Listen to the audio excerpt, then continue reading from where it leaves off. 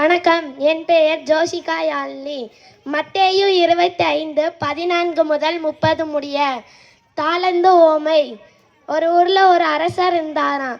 அவர் வெளிநாட்டுக்கு செல்ல இருப்பதால் அவர் பணியாளர்களை கூப்பிட்டு, நான் உங்கள்கிட்ட 3 பணியாளர்களை கூப்பிட்டு நான் வெளிநாட்டுக்கு போகிறேன், அதனாக்கா நான் உங்கள் 3 பேர்த்திட்டையும் தாளந்து கொடுத்துட்டு போவேன்.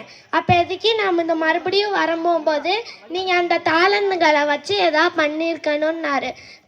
பணியாளர்களும் சரின்னாங்க.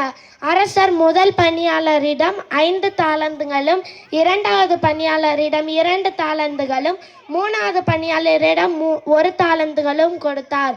அப்போது பணியாளர்களும் நன்றி ஐயா என்று கூறினர். அரசரும் வெளிநாட்டுக்கு செல்ல புறப்பட்டார். பணியாளர்கள் 1 5 தாளந்தை வைத்து விவசாயம் கால்நடைகளை வைத்து வேறொரு 5 தாளந்து பெற்றார்கள். மொத்தம் பணியாளர்களிடம் 10 தாளந்து உள்ளது. 2வது பணியாளர் 2 தாளந்தை வைத்து வியாபாரம் செய்து வேறொரு 2 தாளந்து பெற்று மொத்தம் 4 தாளந்தாக வைத்திருந்தார். 1 தாளந்து பெற்றிருந்தவரோ அவர் அரசர் கோபக்காரர் என்பதால் அந்த 1 தாளந்தையும் அவர் தோட்டத்தில் போய் புதைத்து வைத்தார். அரசரும் சிறு நாட்களுக்கு பிறகு திரும்பி வந்தார்.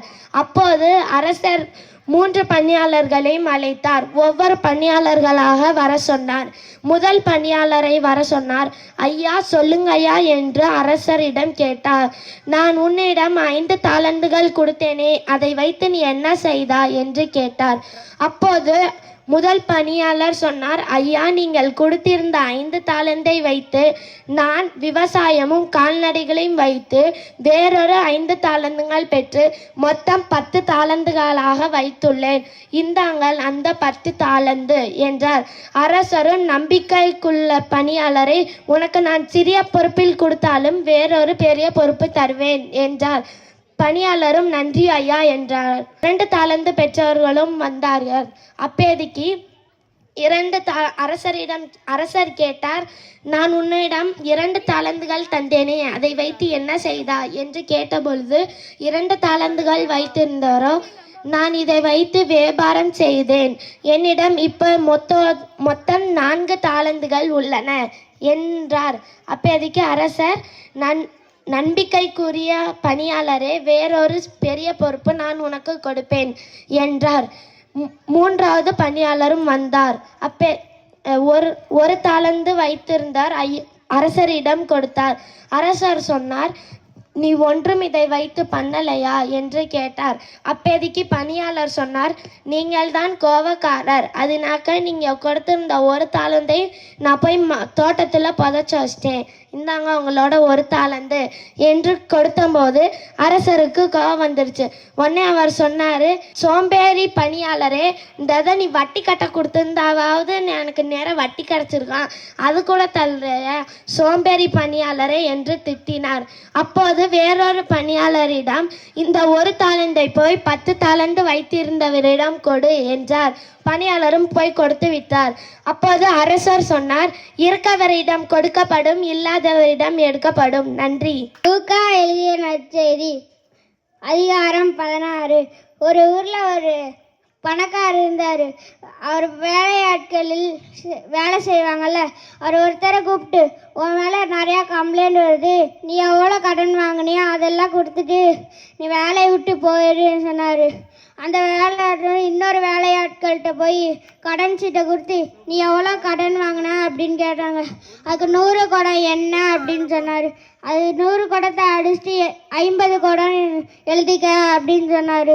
அதுக்கு சரின்னு சொன்னார். இன்னொரு பணியாளர்கிட்ட கடன் சீட்டு கொடுத்து, நீ எவ்வளோ கடன் வாங்கினேன் என்றனர். அதுக்கு 100 மூட்டை கோதுமை என்றனர். அதுக்கு 100 அடிச்சுட்டு 50ன்னு போட்டுக்க அப்படின்னாரு. நன்றி. மத்தேயு 25:1-13 வரைய. ஒரு ஊரில் 10 ஃப்ரெண்ட்ஸ் இருந்தாங்க. அப்போ எதுக்கு அவங்களுக்கு ஒரு நியூஸ் கிடைக்குது, நம்ம ஊருக்கு மணமகன் வராதுன்னு. அப்போ எதுக்கு அவங்களும் போகலான்னு முடிவு பண்ணுவாங்க. அடுத்து கொஞ்ச நாள் கழித்து அந்த நாள் வருது. அப்போ எதுக்கு நைட்டு எல்லோரும் போகிறாங்க மணமகனை கூப்பிட. அப்போ எதுக்கு 5 ஃப்ரெண்ட்ஸ் விளக்கு, திரி, எண்ணெய் எல்லாமே எடுத்துகிட்டு போகிறாங்க. மீதி 5 ஃப்ரெண்ட்ஸும் வந்து விளக்கும் திரியும் மட்டும் எடுத்துகிட்டு போகிறாங்க, எண்ணெய் எடுத்துகிட்டு போகல. அடுத்து போய் வெயிட் பண்ணிட்டு இருக்கும்போது ரொம்ப லேட்டாகவும் எல்லோரும் பார்த்து தூங்கிடுறாங்க.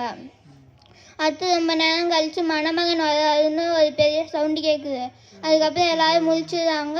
ஒரு 5 பேர் மட்டும் விளக்க பற்ற வச்சுருக்காங்க. மீதி எண்ணெய் கொண்டு வராதவங்க அந்த எண்ணெய் வச்சுருக்கவங்கள்ட்ட போய் கேட்குறாங்க, எங்கள்கிட்ட எண்ணெய் இல்லை, எங்களுக்கு கொஞ்சோண்டு எண்ணெய் தாங்கன்னு கேட்கும்போது அந்த 5 பேர் சொல்கிறாங்க, எங்கள்கிட்ட எண்ணெய் கம்மியாக தான் இருக்குது, நீங்கள் வேணும்னா போய் வாங்கிக்கோங்க அப்படின்னு சொல்லும்போது வந்து அந்த 5 பேர் வாங்க போகிறாங்க. போயிட்டு லேட்டாக வரும்போது மணமகன்லாம் வந்துடுறாங்க, ரூமெல்லாம் சாத்திடுறாங்க. அதுக்கப்புறம் அந்த 5 பேர் வந்து கதவை தட்டும்போது நீங்கள் யாருன்னே தெரியாது போங்கன்னு சொல்லுவாங்க. அப்போ எதுக்கு அந்த 5 பேர் சொல்லுவாங்க, நாங்கள் உங்களுக்கு வெயிட் பண்ணிட்டு இருந்தோமே, நாங்கள் என்ன வாங்க போவோம் அப்படின்னு சொல்லும்போது அவங்க நம்பலை. அதுக்கப்புறம் போங்கன்னு சொல்லும்போது அவங்களும் போயிடுறாங்க. இதோட பொருள் என்னன்னா, கடவுள் எப்போ வேணால் நம்மளை பார்க்க வருவாரு, நம்ம எச்சரிக்கையாக இருக்கணும். நன்றி. லூக்கா எழுதிய நற்செய்தி அதிகாரம் 18 27 வசனங்கள் 9-14 முடிய. பரிசேயரும் வரி தண்டுபவரும் பற்றி உண்மை. ஒரு ஊரில் பரிசேயரும் வரி தண்டுபவர் இருந்தாங்க. இந்த பரிசேயர் வந்து வேலைக்கு போகாமல் பொய் சொல்லிக்கிட்டு கடன் வாங்கிட்டு கட்ட முடியாமல் இருந்தார். மாதம் மாதம் வட்டி கேட்க வரவங்கள பொய் சொல்லிட்டு அமுச்சு விட்ருவார். அதுக்கப்புறம் இன்னொரு நாள் வரும்போது இப்படி சொல்லுவார், நான் கடன் வாங்கலை, நான் வாங்கின கடன்லாம் கட்டிட்டேன் அப்படின்னு சொல்லி அமுச்சு விட்ருவார். ஒரு மாதம் கழிச்சது அவர் கோயிலுக்கு போயிருப்பார். கோயிலுக்கு போய் உள்ளக்க அவர் வேண்டிகிட்டு இருக்கும் போது வரி தண்டு வருவாரை அவர் பார்த்துட்டாரு. அவர் உள்ளுக்கு இருந்து வேண்டுவார், கடவுளே, என்னை பெண்ணாக படிக்காததற்காகவும் அடிமையாக படிக்காததற்காகவும் உனக்கு நன்றி செலுத்துகிறேன் அப்படின்னு சொல்லிட்டு அவரும் ஜெபத்தை முடிச்சிருவார். அவர் பொய் சொன்னதுனால அவருக்கு நரக தண்டனை கொடுத்துட்டு ஆசீர்வதிக்காமல் கடவுள் விட்டுருவார். வெளியில் இருந்த வரி தண்டுபவர் ஜெபம் செய்வார், கடவுளே, நான் பாவி, என் மேல் இறங்கியறலும் சொல்லி உண்மையை சொல்லிடுவார். உண்மையை சொன்ன வரி தண்டுபவருக்கு செல்வங்களையும் அருள் புரிஞ்சு நல்ல வாழ்வையும் கொடுப்பார். அவர் இறந்ததுக்கு அப்புறம் அவர் மோட்சத்தில் போட்டுருவார். இவர் பொய் சொன்ன வரி தண்டுபவருக்கு செல்வம் தராமல் அருள் புரியாமல் அவர் இறந்ததுக்கு அப்புறம் நரகத்தில் போட்டுருவார். நன்றி, வணக்கம். தம்மை தாமையே உயர்த்த பெறுவர், தாழ்த்த பெறுவர். அனைவருக்கும் வணக்கம். என் பெயர் லிவின். மத்தேயு எழுதிய தூய நற்செய்தியிலிருந்து வாசகம். அதிகாரம் 25 இறைத்திரு வசனங்கள் 31-46 முடிய. இயேசு மக்களை வலப்புறமும் இடப்புறமும் தனித்தனியாக பிரித்து வைத்தார்.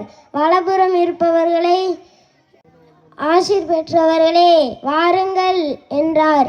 ஏனெனில் நான் பசியாக இருக்கும் பொழுது எனக்கு உணவு கொடுத்தீர்கள், நான் தாகமாக இருக்கும் பொழுது எனக்கு தண்ணீர் கொடுத்தீர்கள், நான் நோய் கொண்டு இருக்கும் பொழுது என்னை பார்த்து கொண்டீர்கள், நான் ஜெயிலில் இருக்கும் பொழுது என்னை வந்து பார்த்தீர்கள். ஏனெனில் என் சகோதர சகோதரிகளுக்கு என்னென்ன செய்தீர்களோ அதை எனக்கும் செய்தீர்கள்.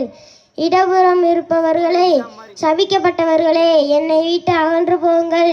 ஏனெனில் நான் பசியோடு இருக்கும் பொழுது எனக்கு உணவு தரவில்லை, நான் தாகமாக இருந்த பொழுது எனக்கு தண்ணீர் தரவில்லை, நான் நோயுற்று இருந்த பொழுது என்னை பார்த்து கொள்ளவில்லை, நான் ஜெயிலில் இருந்த பொழுது என்னை பார்க்க வரவில்லை.